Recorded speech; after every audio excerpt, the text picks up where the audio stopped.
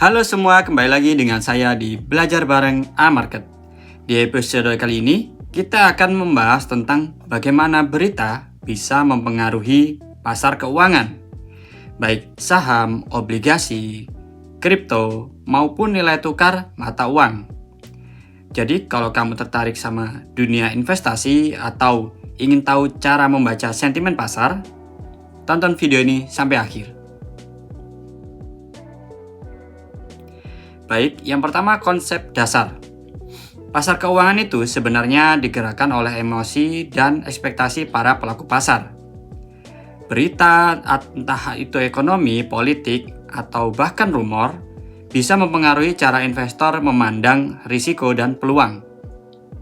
Misalnya, kalau ada berita positif, seperti pertumbuhan ekonomi naik atau laba perusahaan meningkat, investor biasanya lebih percaya diri untuk membeli aset.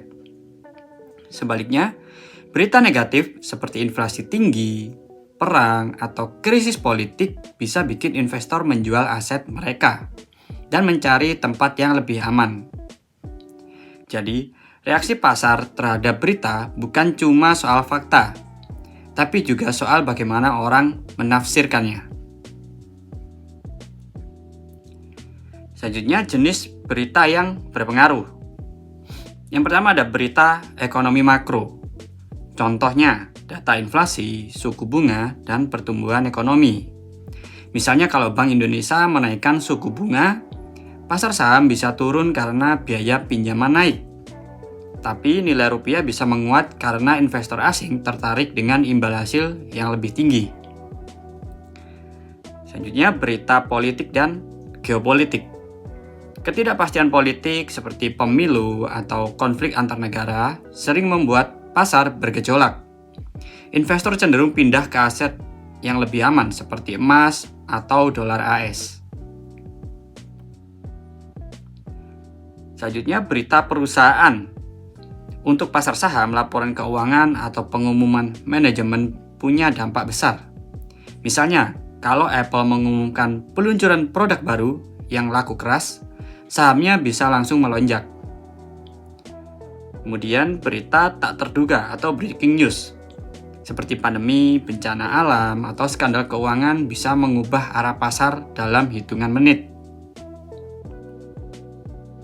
Nah, contoh nyata.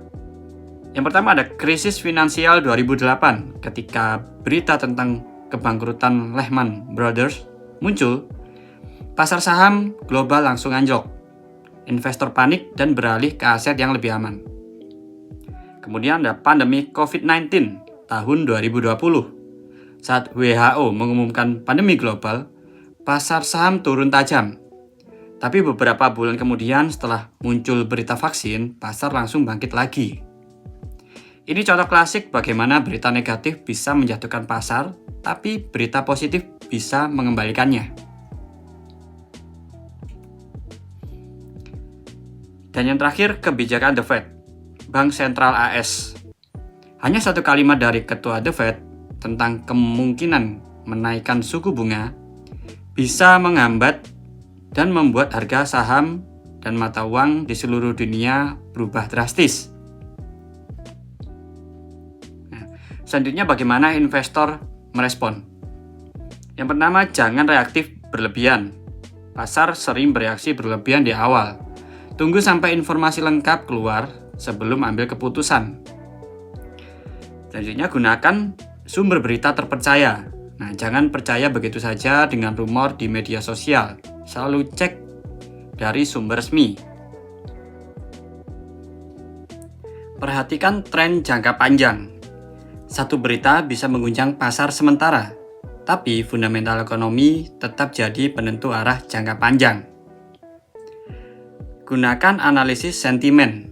Banyak trader modern sekarang pakai teknologi AI atau data analitik untuk memantau bagaimana berita mempengaruhi emosi pasar secara real time.